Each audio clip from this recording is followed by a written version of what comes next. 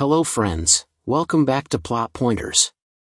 Today we are going to explain an American action-adventure film from 2023, titled Indiana Jones and the Dial of Destiny. Spoilers ahead.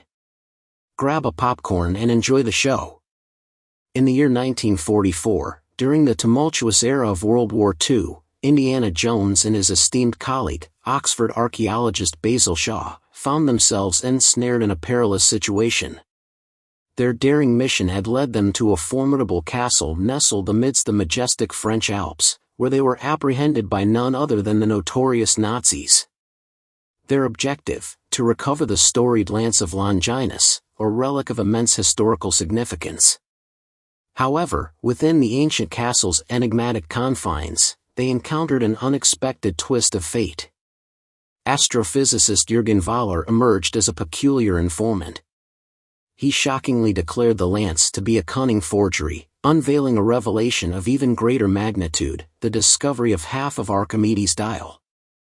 This intricate Antikythera mechanism, conceived by the brilliant Syracusan mathematician Archimedes, possessed the astonishing ability to unveil time fissures, offering the tantalizing potential for time travel. In a daring escape, Indiana Jones managed to liberate himself and Basil from their Nazi captors.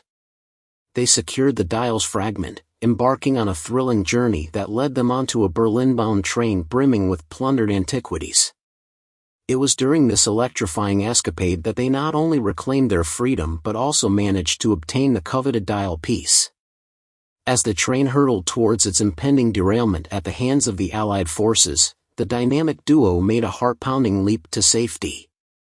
Fast forward to the year 1969. Where we find an elderly Indiana Jones on the precipice of retirement from his distinguished position at Hunter College, nestled within the bustling heart of New York City.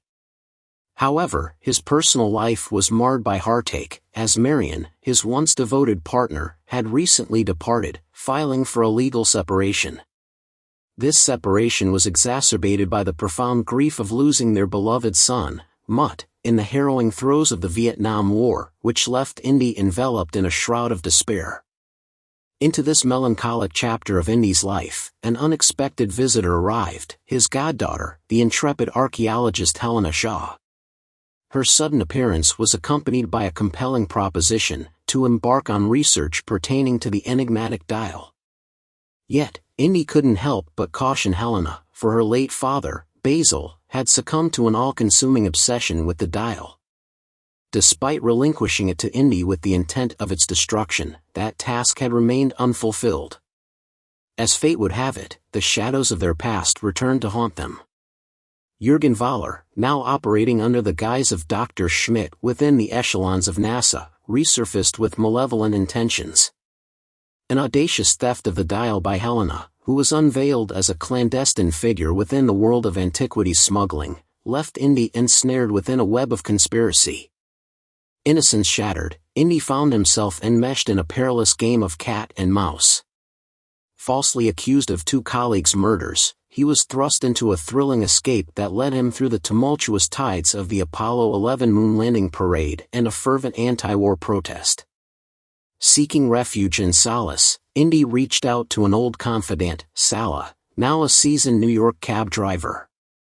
Sallah extended his aid, facilitating Indy's escape from the country.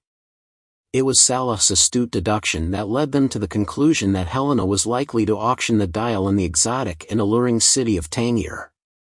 In a suspenseful twist of fate, Indy disrupted an illicit private auction orchestrated by Helena in Tangier. However, their respite was short-lived, as Wahler and his ruthless henchmen descended upon them, wresting the artifact from their grasp. A frantic chase ensued through the labyrinthine streets of Tangier, with Indy, Helena, and her resourceful young accomplice, Teddy Kumar, pursuing their adversaries with unwavering determination. Amidst the chaos, the CIA intervened, sensing the gravity of the situation. However, their involvement would lead to an unexpected betrayal, as Wahler's cohorts orchestrated a brutal attack that left the agents dead and their helicopter commandeered. Undaunted by the relentless pursuit, Indy, Helena, and Teddy ventured onward, tracking Wahler to the ancient shores of Greece. Here, they forged an alliance with an old friend of Indy's, Ronaldo, an accomplished sea diver. Guided by the meticulous research left behind by Basil, they embarked on a perilous underwater expedition, descending into the depths of an ancient Aegean Sea shipwreck. Within the sunken vessel, they unearthed a mysterious graphikos tablet, inscribed with cryptic directions leading them closer to the elusive second half of the dial. Tragically, their triumph was marred by the untimely demise of Ronaldo at the hands of Valor, forcing Indy's group to escape, all the while being relentlessly pursued. Their relentless pursuit of the dial led them to the mystical heart of Sicily, where the quest reached its zenith. Deep within the eerie confines of the Ear of Dionysius cavern, Indy and Helena uncovered Archimedes' tomb, the second half of the dial, in a perplexing 20th-century wristwatch adorning Archimedes' ancient skeletal arm. Yet, their moment of discovery was eclipsed by a malevolent presence, Valor, who once again captured Indy, inflicting a grievous wound upon him. Helena and Teddy, however, managed to elude Valor's grasp and commenced a relentless pursuit of their own. With the dial finally reassembled, Valor unveiled his audacious scheme to travel back in time to 1939, with the sinister intent of assassinating Adolf Hitler and altering the course of history.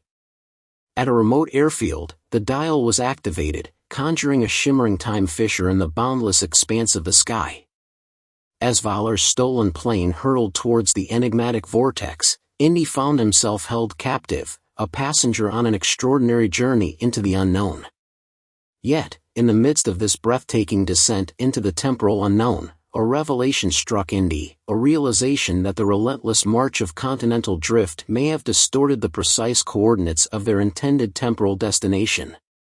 Instead of arriving in 1939, the vessel emerged amidst the tumultuous chaos of the siege of Syracuse in the year 212 BC. The ancient armies, bewildered by the appearance of Valor's aircraft, could only perceive it as a mythical dragon. Their response was swift and unyielding, as they unleashed a barrage of arrows that brought the plane crashing down. Indy and Helena, however, managed a daring parachute escape mere moments before the devastating crash, while Teddy landed safely on the ground. It was within this strange and distant epoch that Archimedes himself stumbled upon the wreckage of Valor's plane, discovering the lifeless body of the would-be time traveler and the incongruous wristwatch from a future age. As the time fissure began to contract, Indy faced a momentous decision. He contemplated the possibility of remaining in this unfamiliar yet historically significant era, feeling as though he had little to return to in the world he had known. However, Helena, burdened by the fear of unleashing a catastrophic time paradox, could not bear to abandon him to the annals of history. In an act of unwavering determination, she rendered Indy unconscious, securing his return to the modern world. When Indy finally awoke, he found himself once again in his contemporary apartment, surrounded by the familiar faces of Marion, Helena, Teddy, Sallah, and the life he had once known. Marion and Indy, rekindling their love and sharing in their newfound hope, stood poised to embrace the future, as their adventures continued to unfold.